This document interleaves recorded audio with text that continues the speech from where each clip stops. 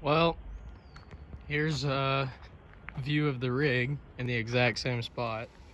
Well, this is kind of a bad time to start the video on the rig, but I was gonna do it while it start, and it's just gone terrible so far because the pump is stuck. So it's a 76 K100, I believe C. I haven't looked at the door tag yet, but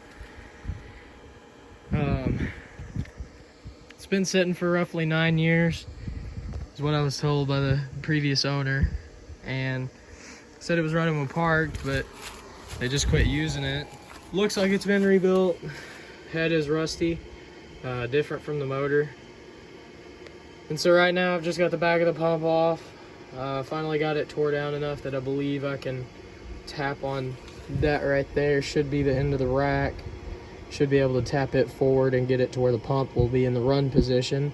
Right now the pump is stuck in the kill position, so gonna try to get that fixed and see if it'll start.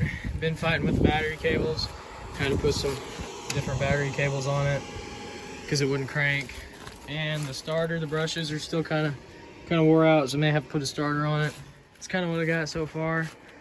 I'm running out of time, so I'll see about I might be able to get a video of it running. I'm not sure yet, so I'm gonna get after it and see what I can get done.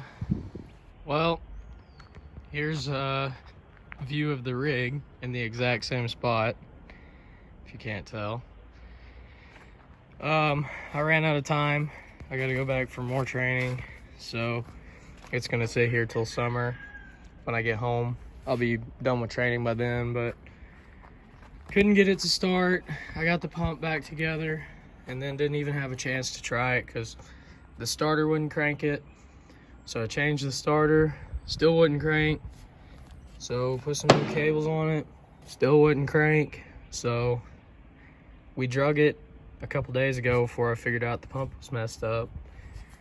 And it would turn good trying to pull start it, so I'm just gonna wait till I get home and probably try to pull start it. But I got the back of the pump all back together and I got the rack freed up. It's working good now. Windows all cracked, needs a wing window, and cleaned up good, but probably find a legacy seat or something for it. Put a new shift knob on it. Never finished that, just needed it to go into high range. So the interior is pretty dirty on it. It's mainly just dusty, needs to be vacuumed and wiped down pretty good. I guess the heater core was probably leaking. They didn't feel like fixing it, so they just threw that little heater in here. So probably get rid of that when I get home and fix the heater core down there over on the passenger. And see if I can get a new headliner from the day cab company and maybe find these vents somewhere out there and probably get an aftermarket steering wheel for it. I like these old white ones, but it'd be a miracle to ever find one that's not all cracked. So the gauges are in decent shape overall. The fuel gauge is messed up. The needle on this one's bent. This one I think is actually kind of bent up, but the tach and the speedometer actually look newer. I mean, the miles that read on this one are probably not all that's on it. I've never really seen a little Kenworth pyrometer like that though, but yeah, I was gonna try to clean it up, but then I spent more time trying to get it running than I had, so have to grease this shifter a little bit when I get back. It's kind of stiff, but it'll clean up good. Just needs to have a little bit of love and get some new interior panels from someone. I don't know who. I kind of almost want to go with like the button style, but I gotta find them. So anyway, I mean, that's kind of a look at the inside. The actual little piece that goes on the shifter, I made sure to put it on before the shifter and then screwed up and forgot to put it on before the airline, or put the airline through it rather. So yeah, I mean, everything works pretty good in it.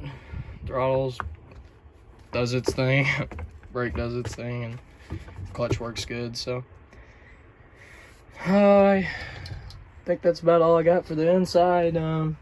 Probably throw a new radio in it. Air window actually works ish. It goes about halfway up and then it doesn't want to go the rest of the way, so you kind of got to help it.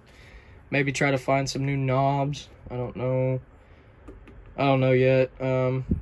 They definitely aren't plumbed right, because the blue one is the one that actually releases the brakes, and those are supposed to be your spring brakes. It should at least be these two, but this one just absolutely does nothing. So that R over there is kind of the same way. So I don't know, I'm not used to these blue buttons. Most trucks I've ever been around just got your yellow and your red. So yeah, that's pretty much all I got for the inside. It's kind of hard to show much when it ain't cleaned up or nothing. So I think I'm wanting to kind of try to do a restoration series on it, is what I'm going to attempt to do. I was going to try to do a will it start. Well, it wouldn't start, so that didn't go too well. But anyway, I'll hop out and get a little more of the outside. So it's got, I can't remember what brand these rear ends actually are, but they are air ride. I'm pretty sure the actual differentials are, oh, what brand were they? I can't remember. I don't remember where the tag was. But yeah, they got these real weird park brakes, and those things right there are about $900 a piece. Online is what I found. I had one guy tell me Fleet Pride could get them for like $2 grand for the full set. So these rear ends are probably not gonna stay on it. I'm not gonna pay that much for brake pods because it's real low geared anyway. So there's the tag. They're Rockwells, that's what I was thinking. So anyway, it did have a headache rack, but the guy I got it from stole it, so probably find another one and put on it. You know, gotta get rid of that muffler. Maybe fix this little elbow right here, get a new piece, maybe stainless or something, and get some Alcoas and some new steers. I plan on doing that, ordering them and have them here when I get home. Valve cover needs to be resealed, and that's kind of the dilemma I'm in. If I can't get this motor running, I think I'm gonna try to put a 60 series in it, maybe a C15. I'm not really sure yet. So probably won't be putting another A model CAD in it. Something with a little bit more power, and just if anybody knows where that's at, I don't. I think that might be Colorado, but that or company, I'm not sure. So if anybody knows where that's at, and you know where this truck's been. But you can see kind of maybe had a little bit of body work done at one point in time. This door doesn't like to shut, so you're gonna have to work on it. But anyway, that's kind of a good look at the old rig. Needs a little bit of work, but we'll get it there.